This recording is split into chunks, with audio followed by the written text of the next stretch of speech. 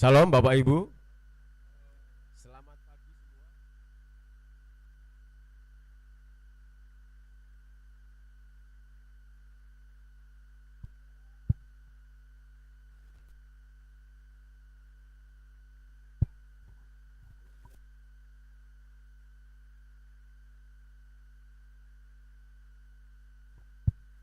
Pasal yang pertama ayat 5 dan 6 bisa ditampilkan, silakan. Halo Bapak Agus, silakan.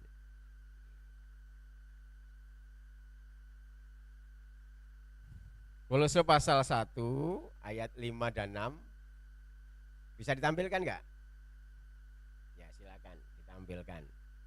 Kita baca bersama-sama.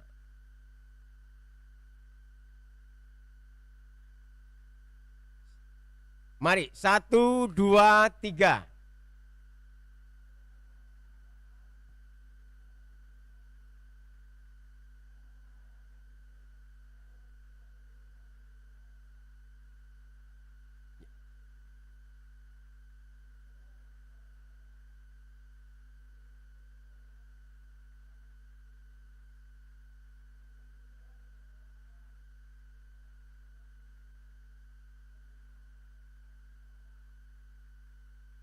Ya, Injil yang sudah dinyatakan, Bapak Ibu, saudara yang kekasih,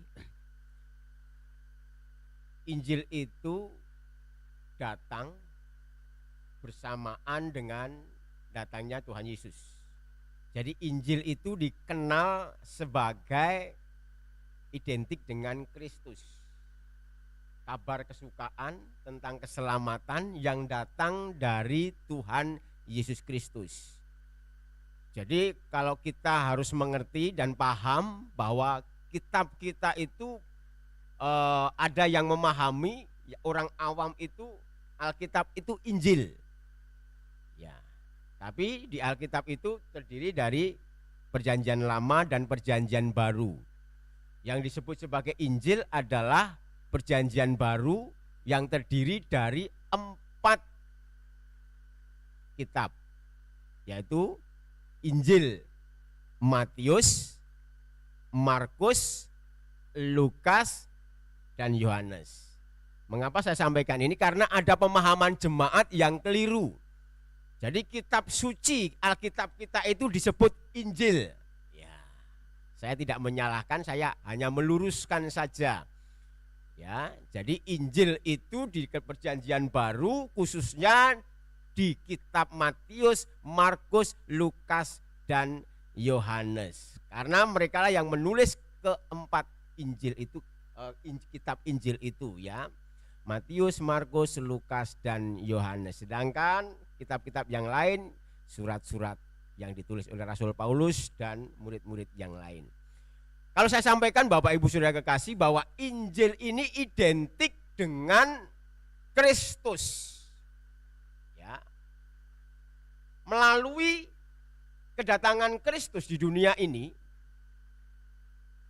itu memberikan pengharapan kepada manusia yang sudah lama kehilangan pengharapan dan kehilangan keselamatan.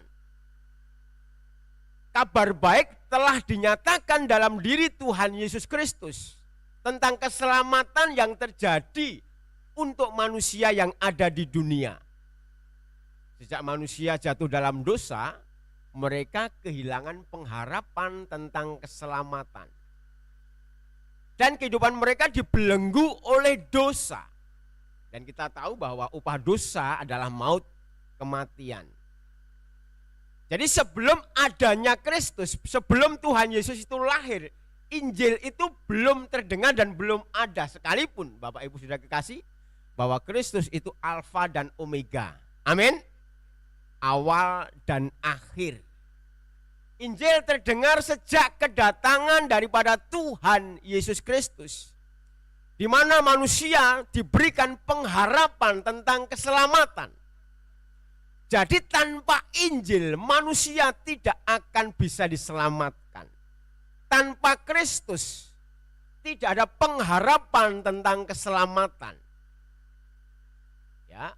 Oleh sebab itu Bapak Ibu Saudara kekasih, Kristus itu datang menyampaikan kabar sukacita tentang keselamatan, tentang kerajaan surga.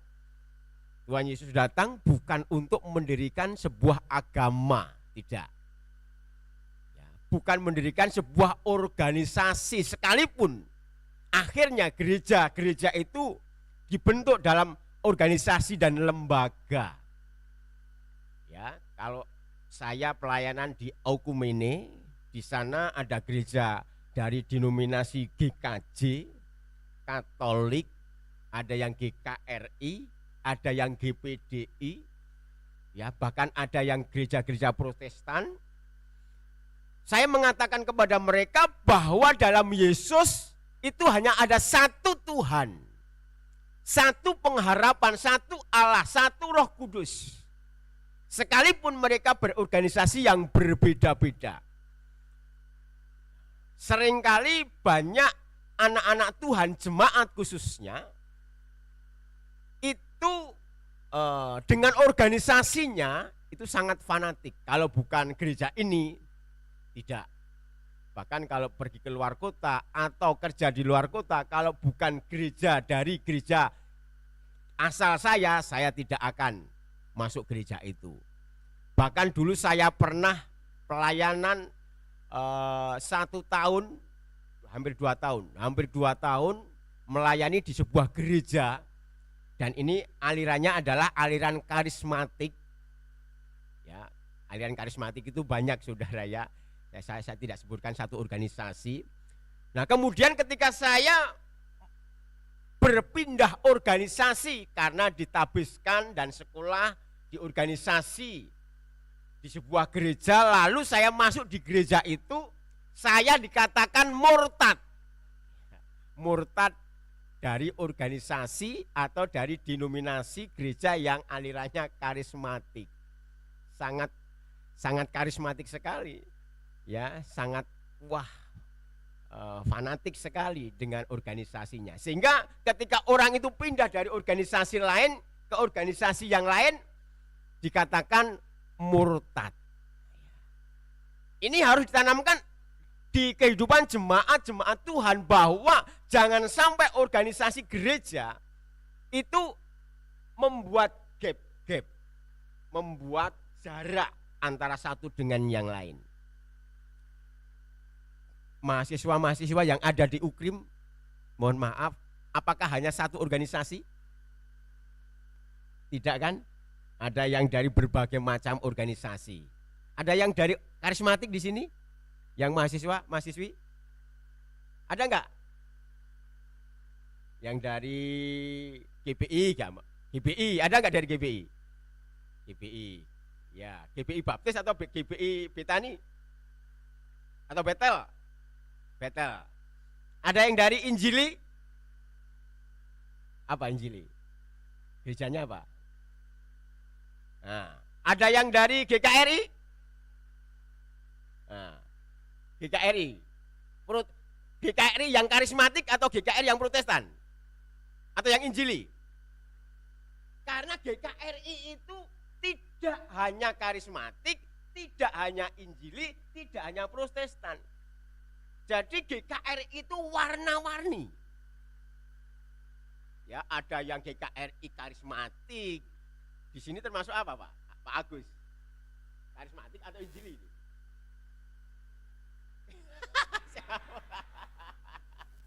Hari ngomong karismatik kok engko piye karo Injili gak?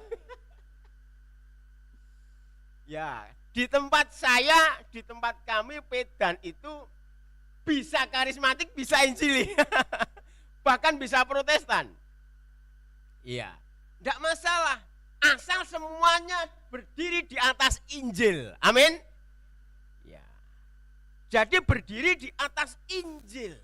Kristus tidak membawa pemisahan satu dengan yang lain. Tidak. Jangan sampai organisasi gereja itu membuat perpecahan antara satu dengan yang lain. Karena Tuhan hanya datang untuk memberitakan Injil, kabar sukacita. kabar keselamatan siapapun itu orangnya, bahkan bukan hanya kepada orang Yahudi, orang Yunani, seluruh umat manusia disampaikan tentang kabar sukacita. Kalau sudah kita baca tadi di dalam Kolose bahwa berita Injil itu tersebar di mana-mana.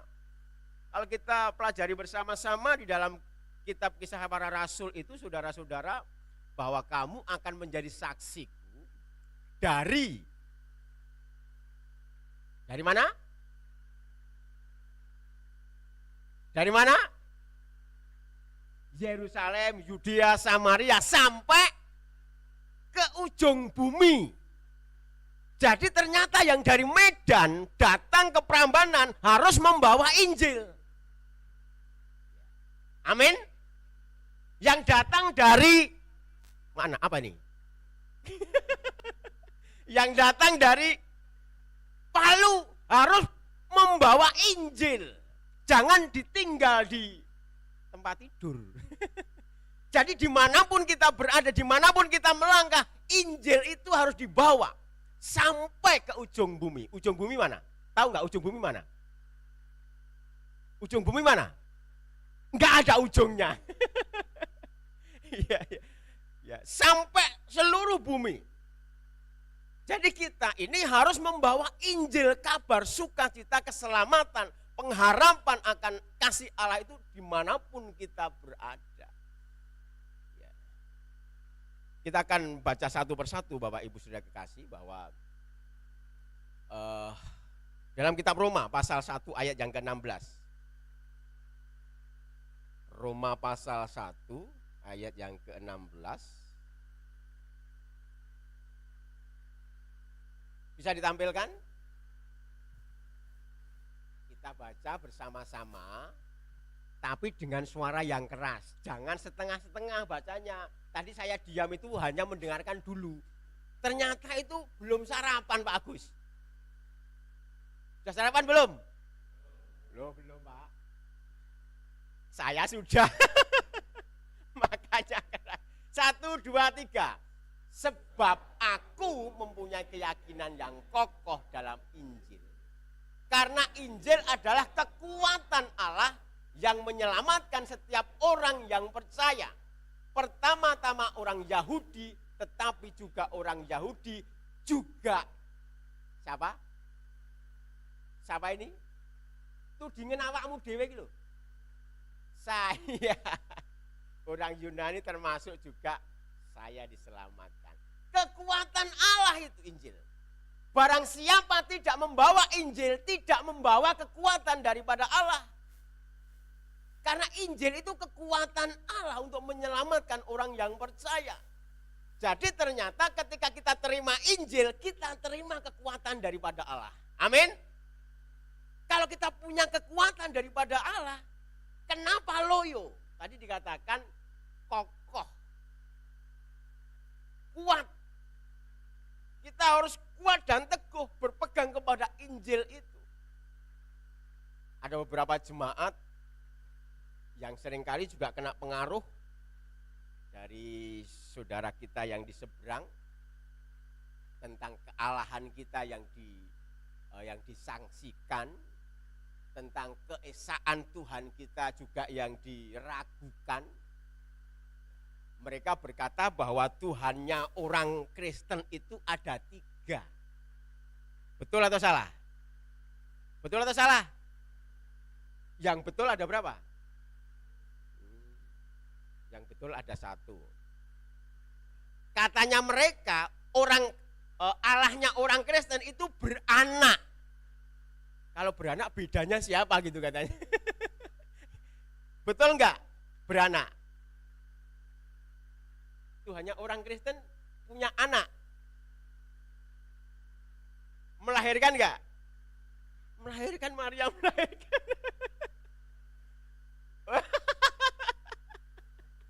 Ora gelem dipleset kayak gini. Tuhan juga melahirkan anak-anak Tuhan yang lain. Ada amin? Bukan kelahiran secara fisik, artinya seperti Nikodemus yang heran karena pernyataan Tuhan Yesus, loh Masa saya sudah besar seperti ini harus masuk dalam rahim ibu saya, ngeleng nih, mlebu nih, terus dilahirkan kembali. Jadi kita harus melahirkan. Tadi dikatakan Pak Obed menyatakan atau memberikan tema harus Injil itu harus berbuah. Jadi ternyata Injil itu kalau tidak berbuah mati hanya satu. Kristus satu, tapi kemudian mati menghasilkan buah sampai akhirnya menjadi Bapak Ibu Saudara ini kelahiran multiplikasi. Akhirnya multiplikasi. Kalau belajar saya pernah ditawari yaitu tentang multi level. Multi level itu gimana? 1 jadi 2, 2 jadi 4, 4 jadi dan seterusnya akhirnya banyak. Ini bisa kita praktekkan dalam penginjilan.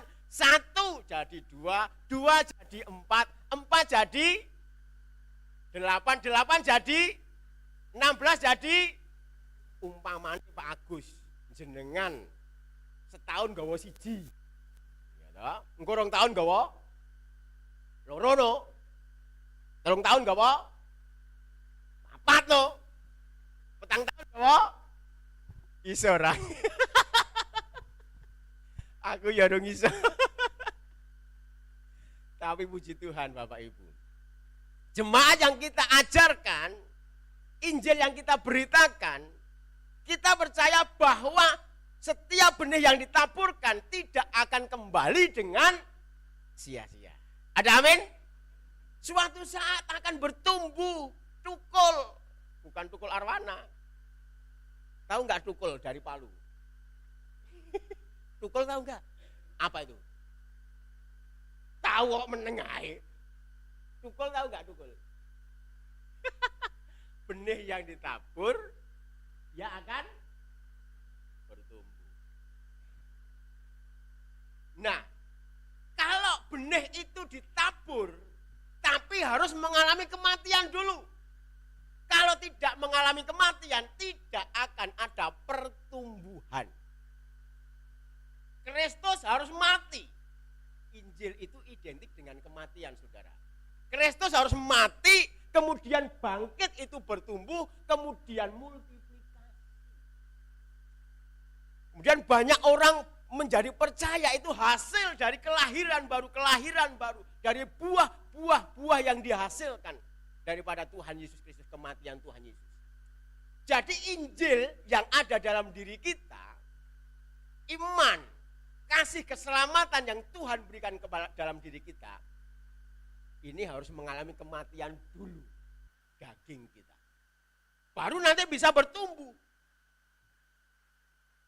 Sampai Rasul Paulus memberikan perumpamaan kalau biji jagung atau gandum itu jatuh, kemudian dia tidak mati, hanya tetap menjadi 1 biji saja.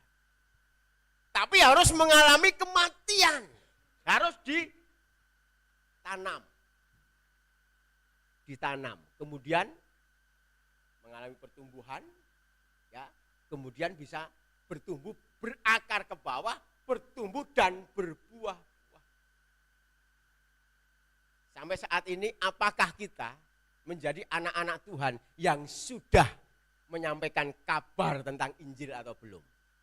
Sekalipun untuk saat-saat ini memang tidak mudah. Apalagi dari mereka itu banyak sekali membuat pagar-pagar, membuat kegiatan-kegiatan yang bisa mengantisipasi Injil itu masuk. Tetapi kuasa Allah tidak bisa dibatasi dengan kekuatan manusia. Ada amin? Kalau Injil itu sudah diberitakan masuk, tidak akan yang bisa menghalang-halangi. Tadi saya ketemu, waktu saya ke sini, ketemu dengan seorang preman.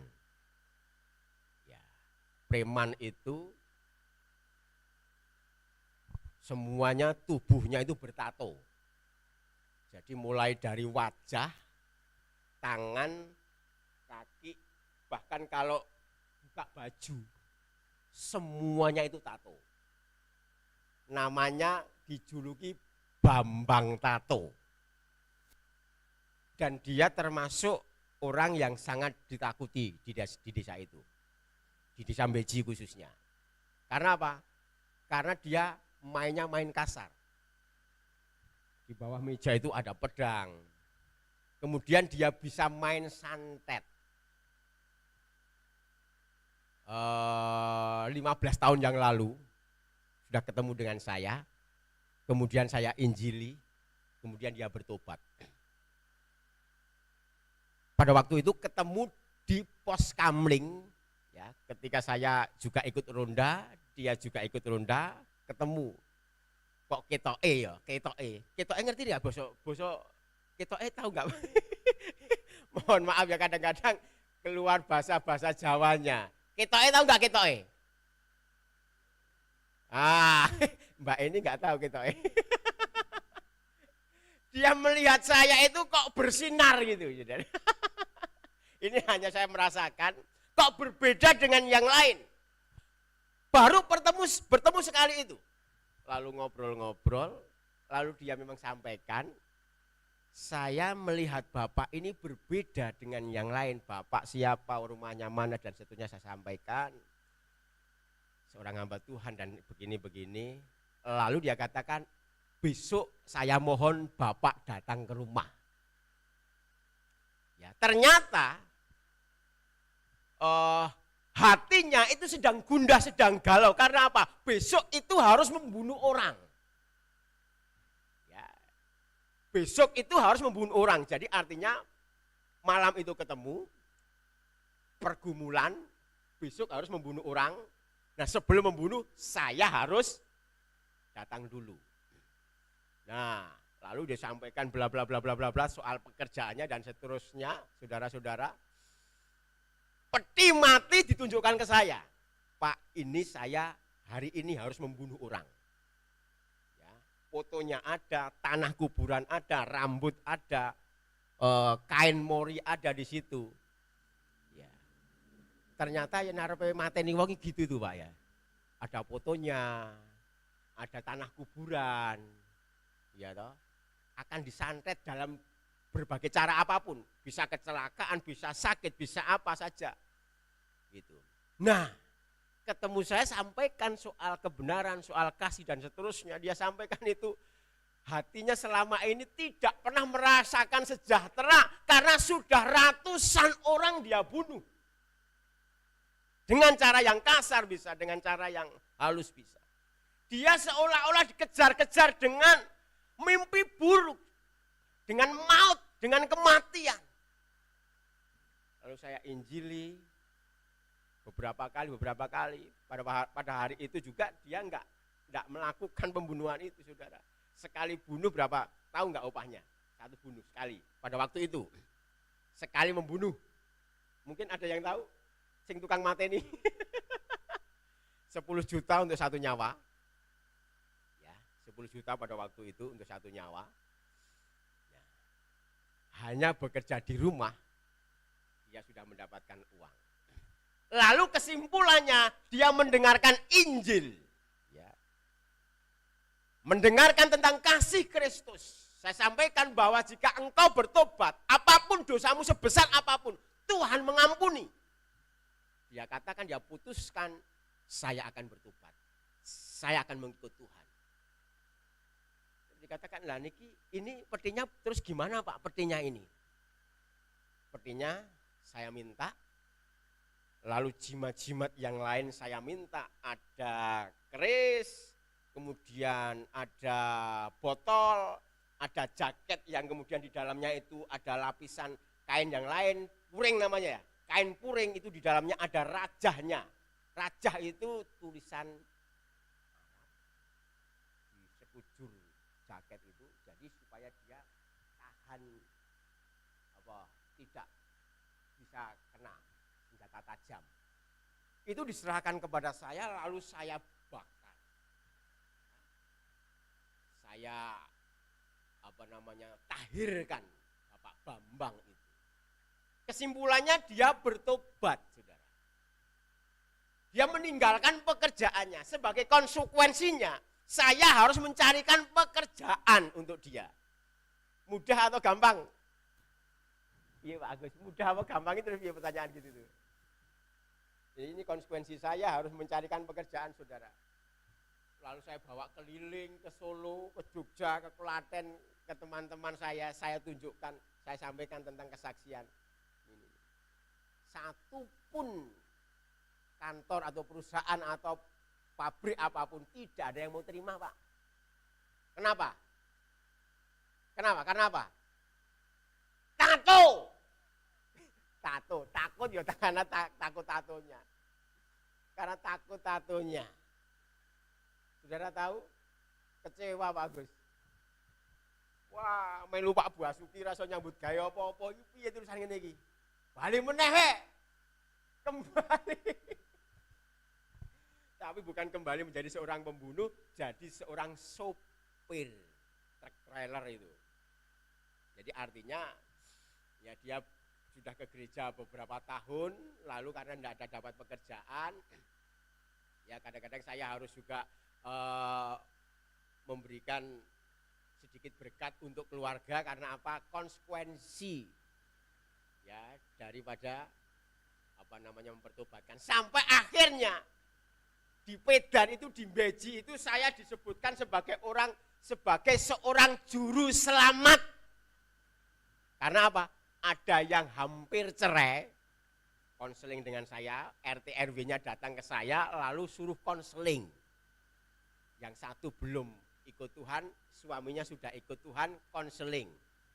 Kemudian rujuk lagi. Ada yang juga akan ada pembunuhan, ada pertengkaran, saya disuruh mendamaikan. Ya saudara, di situ saya sampaikan tentang Injil, tentang kerukunan, tentang kasih dan seterusnya. Dimanapun berada, Injil harus diberitakan. Tadi ketemu dengan Bapak Bambang itu, besok Minggu kelihatannya mau datang ibadah lagi.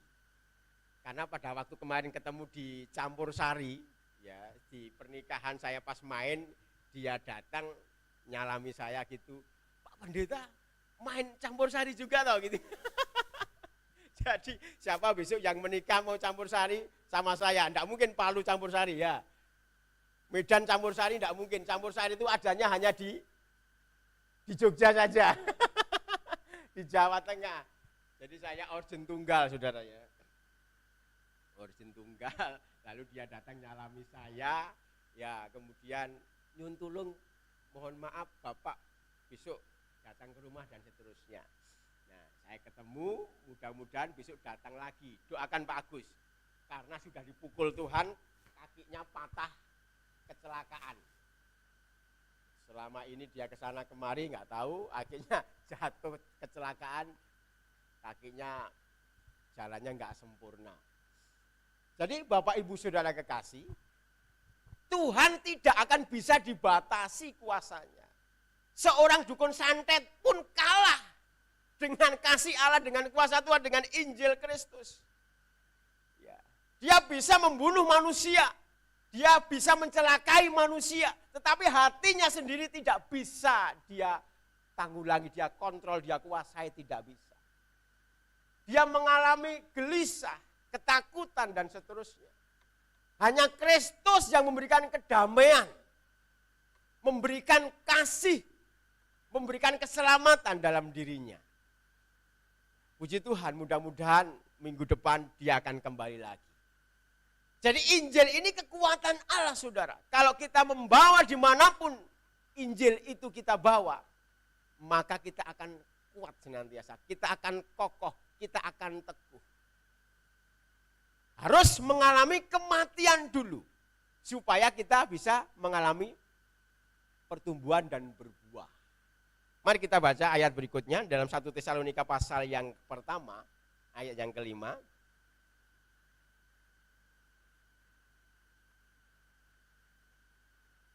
Satu Tesalonika 1 ayat yang kelima. Silahkan bisa ditampilkan. 1, 2, 3. Sebab Injil yang kami beritakan bukan disampaikan kepada kamu dengan kata-kata saja, tetapi dengan kekuatan Roh Kudus, dengan suatu kepastian yang kokoh. Memang kamu tahu bagaimana kami bekerja di antara kamu oleh karena kamu dan seterusnya. Jadi Injil ini bukan pepesan kosong saja, bukan omong kosong saja, tetapi ada power, ada kuasa. Kuasa kematian itu yang membuat kekuatan yang luar biasa, saudara.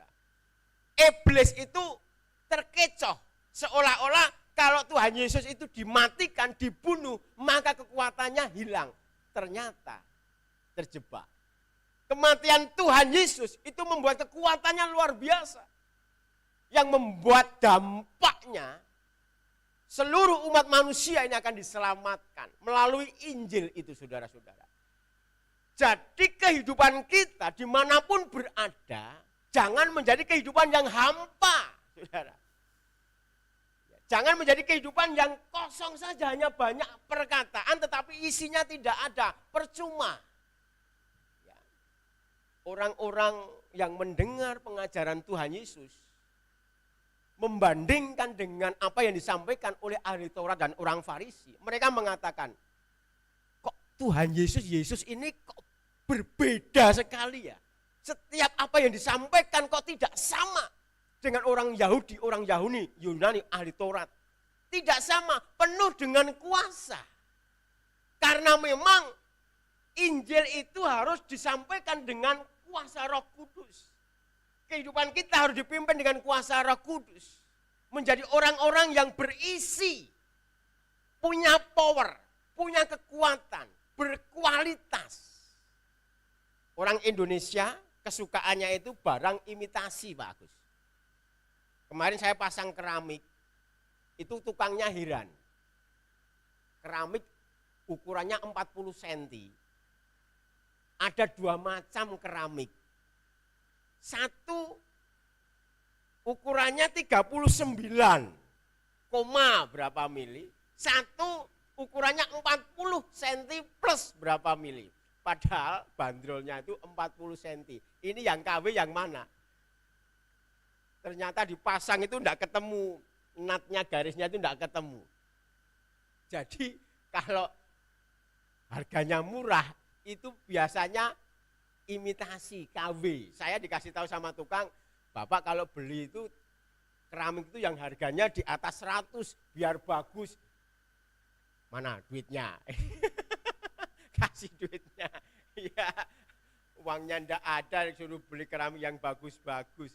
Ya, ternyata orang Indonesia itu memang menyesuaikan dengan dana, apalagi yang murah-murah, tapi mintanya yang bagus. Padahal ada KW1, KW2, KW3. Ada enggak Kristen imitasi? Ada enggak Kristen imitasi? Banyak loh. Kalau di sini tidak ada. Amin. Nanti kalau keluar jadi imitasi ya enggak tahu. Ya ada. Banyak hamba-hamba Tuhan, orang-orang percaya, itu kekristenan imitasi, palsu. Karena ada nabi juga nabi palsu. Ada pendeta palsu. Ada jemaat palsu. Ada Kristus, buktinya Kristus palsu. Akan datang mengaku namaku, kan gitu. Akan datang pada waktunya, akhir zaman. Orang akan mengaku-ngaku tentang namaku, tentang Yesus, tentang Isa, tentang dan seterusnya. Di Alkitab dijelaskan di situ. Makanya kita harus menjadi orang-orang yang militan, orang-orang percaya yang berkualitas, bukan imitasi. Imitasi itu kalau kena angin, kanginan melempem, saudara. Kayak apa? Kayak kerupuk. Kena angin dikit, melempem. Kena masalah dikit, meletre. Tahu nggak meletre? Putus dengan pacarnya, putus asa, error, angel. Enggak punya kekuatan, harus menjadi Kristen yang berkualitas. Jangan imitasi, tunjukkan ya bahwa kita bisa, mampu, kuat, kokoh. Manapun berada, mari kita bawa Injil itu menjadi kekuatan kita. Masalah pasti ada, tapi bisa kita lewati. Karena Kristus bersama-sama dengan kita. Ada amin? Ayat yang terakhir. 1 Korintus pasal 15 ayat yang kedua.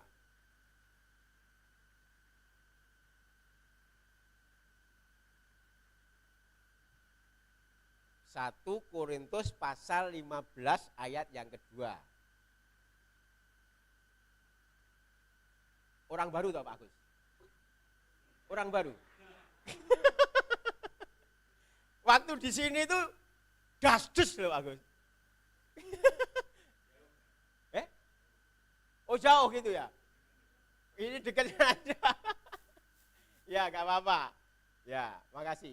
1, 2, 3. Oleh Injil itu kamu diselamatkan. Asal kamu teguh berpegang padanya. Seperti yang telah kuberitakan kepadamu. Kecuali kalau kamu telah sia-sia saja menjadi percaya. Ini saudara harus kita pegang teguh benar-benar. Jangan menjadi percuma pengikutan kita. Jangan menjadi sia-sia pengiringan kita kepada Tuhan. Karena Injil itu yang akan menyelamatkan kita. Kita sampaikan keselamatan juga kepada orang lain yang membuat Injil itu berbuah. Supaya kita berbuah, kita harus mengalami kematian. Kita bisa bertumbuh, kita berakar, bertumbuh dan berbuah-buah. Dan nama Tuhan dipermuliakan. Puji Tuhan, mari kita tunduk kepala. Kita datang kepada Tuhan, mungkin tim musik bisa maju ke depan. Kita akan menyanyikan dengan sebuah pujian.